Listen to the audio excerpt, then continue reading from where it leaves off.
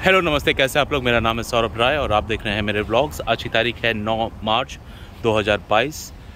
कल रात में मैं आया हूँ काम से, तो एक हफ़्ता भी छुट्टी है, एंजॉय करते हैं। और आज एक मेरा प्लान है इन्फॉर्मेटिव वीडियो बनाने का। तो क्या टॉपिक है, घर में जाके बात करेंगे। तो चलिए आज की वीडियो चालू करते हैं।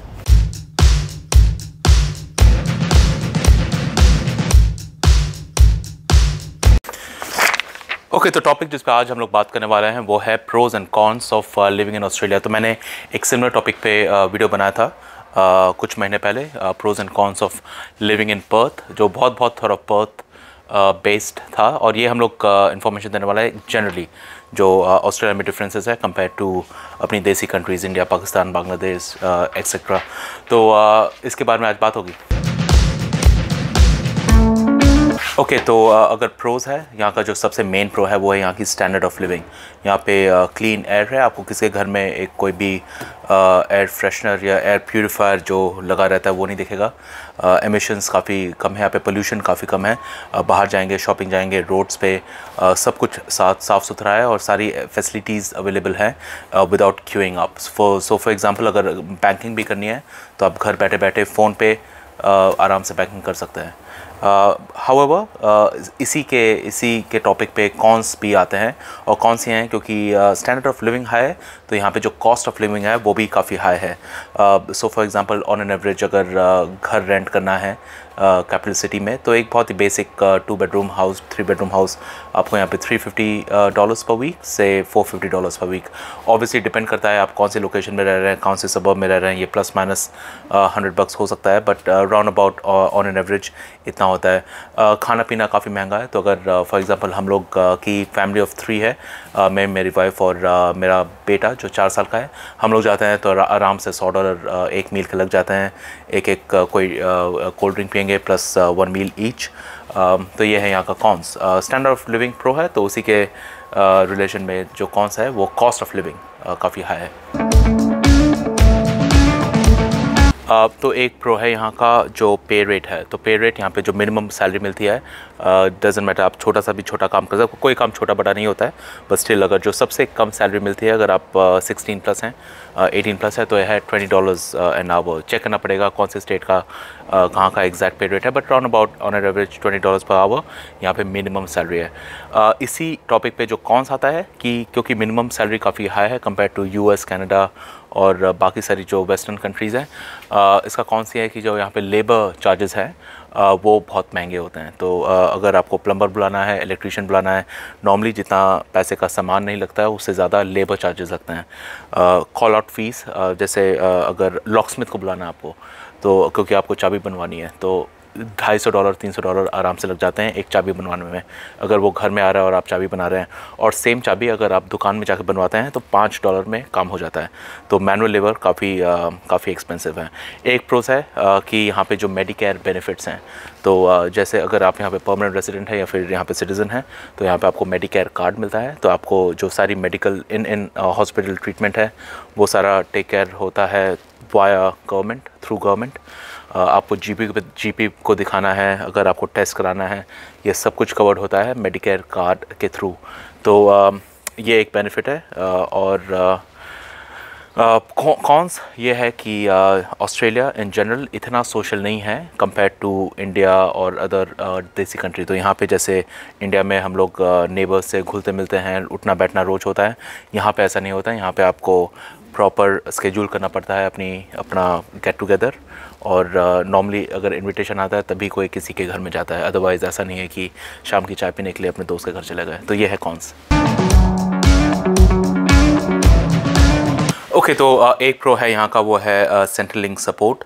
तो यहाँ पे अगर आप परमानेंट रेजिडेंट हैं या फिर सिटीज़न है, तो जो चाइल्ड केयर है फॉर एग्जांपल वो काफ़ी सब्सिडाइज्ड होता है। डिपेंड करता है सब्सिडी आपकी जो फैमिली इनकम है वो कितनी है। अगर फैमिली इनकम कम है तो सब्सिडी ज़्यादा देती है, अगर आप अपने बेटा बेटी को भेज रहे हैं चाइल्ड केयर ताकि आप काम पे जा सकें।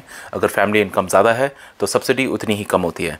वैसे ही जॉब असिस्ट टाइप के स्कीम्स होते हैं, और इवन अगर आप जॉब नहीं भी मिल रही है आपको, अगर आपको घर बैठना पड़ रहा है, बट एज लॉन्ग एज आप ट्राई कर रहे हैं जॉब लेने का, आपको सरकार एक नॉमिनल अमाउंट देती है पर फोर्टनाइट, ताकि आप एटलीस्ट खा पी सकें। उसके ऊपर रिलाई नहीं कर सकते हैं बाय द वे। उसके अलावा एक असिस्टेंस मिलता है हाउसिंग में भी, पब्लिक हाउसिंग होती है जहाँ पे अगर आपकी फैमिली इनकम सर्टन अमाउंट से कम है तो सरकार आपको हेल्प करेगी डिपॉजिट देने में, ताकि आप को ईजी हो अपना फर्स्ट घर लेना। उसके अलावा एक और प्रोज़ है, वो है ये जो ऑस्ट्रेलिया है इन जनरल काफ़ी मल्टी कल्चरल सोसाइटी है। तो काफ़ी, अगर आप सिटी में जा रहे हैं, अगर आप कोई ऐसे एरिया में जा रहे हैं जो काफ़ी क्राउडेड है, काफ़ी different kind of variety of food वहाँ पे मिल सकते हैं। महंगे होते हैं ऑब्वियसली, क्योंकि यहाँ पे जो कॉस्ट ऑफ लिविंग है वो काफ़ी हाई है, जैसे मैंने आपको पहले बोला था, बट मिल जाते हैं। टेस्ट थोड़ा अलग होगा क्योंकि वेस्टर्नाइज्ड कर देते हैं फूड को, but still better than nothing. Okay, तो अगर कॉन्स की बात करें तो यहाँ पे जो वीगन और वेजिटेरियन ऑप्शन है काफ़ी लिमिटेड है, मिल जाते हैं, बट अगर आप कोई रेस्टोरेंट जा रहे हैं वहाँ पे मेन्यू देखेंगे तो मे बी अगर 10 नॉन वेजिटेरियन आइटम्स हैं तो उसमें एक वेजिटेरियन आइटम होगा, और नॉर्मली जो वेजिटेरियन आइटम होगा वो सैलड नहीं तो वेजी बर्गर इस टाइप का कुछ होगा। अगर अनलेस आप of course proper Indian restaurant जा रहे हैं, वहाँ पे आपको जो रेस्टोरेंट की, जो हिंदुस्तान में रेस्टोरेंट की जो पूरी वैरायटी मिलती है वो वहाँ पे आपको मिल सकती है। तो काफ़ी लिमिटेड है वेजिटेरियन और वीगन लोगों के लिए। और यहाँ पे जो नाइट लाइफ होती है वो इतनी अच्छी नहीं है कंपेयर टू बैक होम। तो यहाँ पे 5 बजे 6 बजे सब कुछ बंद हो जाता है, mostly in the city as well. और जैसे इंडिया में 6 बजे पूरी लाइफ चालू होती है, जहाँ पे जाके आप फास्ट फूड खा सकते हैं, शॉपिंग कर सकते हैं। यहाँ पे ऐसा नहीं होता है, यहाँ पे आपको दिन में करना पड़ेगा, अदरवाइज़ रात में सब कुछ बंद। रेस्टोरेंट्स खुले होते हैं ऑब्वियसली 9 बजे तक, but that's it, nothing else. तो एक प्रो है यहाँ का, और 2 प्रो की बात करेंगे कि early to bed early to rise जो बोला जाता है कि अच्छा है, यहाँ पे एक्चुअली फॉलो होता है। यहाँ पे नॉर्मली लोग 5 बजे 6 बजे तक खाना खा लेते हैं अपना डिनर, और उसके बाद 7 बजे तक बेड पे होते हैं, और जो दिन की शुरुआत होती है वो अर्ली होती है। इवन दो जो स्कूल टाइमिंग्स, ऑफिस टाइमिंग्स है वो लेट है, बट मोस्ट ऑफ द लोग यहाँ पे जल्दी उठ जाते हैं। और एक और यहाँ का प्रो है, वो है कि यहाँ का जो मौसम होता है वो नॉर्मली सनी होता है most time of the year. तो अगर आप घर में हैं तो ऑब्वियसली आप एयर कंडीशनर ऑन करके रह सकते हैं, और ऑफिस में भी पूरा एयर कंडीशन होता है। एक्सट्रीम वेदर नहीं होता है। जो समर्स में, स्पेशली पर्थ में जो समर्स होते हैं वो थोड़े एक्सट्रीम हो सकते हैं 1 हफ्ता 10 दिन के लिए, बट ओवरऑल क्वाइट बेरेबल। और जो इसी के टॉपिक पे, जो समर्स के टॉपिक पे एक कॉन है, वो ये है कि यहाँ पे जो बच्चों का जो समर हॉलीडेज़ होता है वो दिसंबर जनवरी पीरियड में होता है, और वो 1.5 महीना जब आपको छुट्टी मिलती है उस समय आप यूरोप ट्रिप नहीं तो कुछ नॉर्दर्न हेमिस्फीयर की कंट्रीज़ घूमना काफ़ी लिमिटेड होता है, क्योंकि वहाँ पे स्नो पड़ रही होती है उस समय। तो यहाँ पे समर हॉलीडेज़ हैं बट वहाँ पे स्नो पड़ रही है। तो जो समर हॉलीडेज़ हैं, अगर आप as long as southern hemisphere की कंट्रीज़ ही घूम रहे हैं जहाँ पे समर्स हैं during that time of the year, तो ठीक है। अगर आप ऑस्ट्रेलिया में विद इन ऑस्ट्रेलिया घूम रहे हैं तो ठीक है।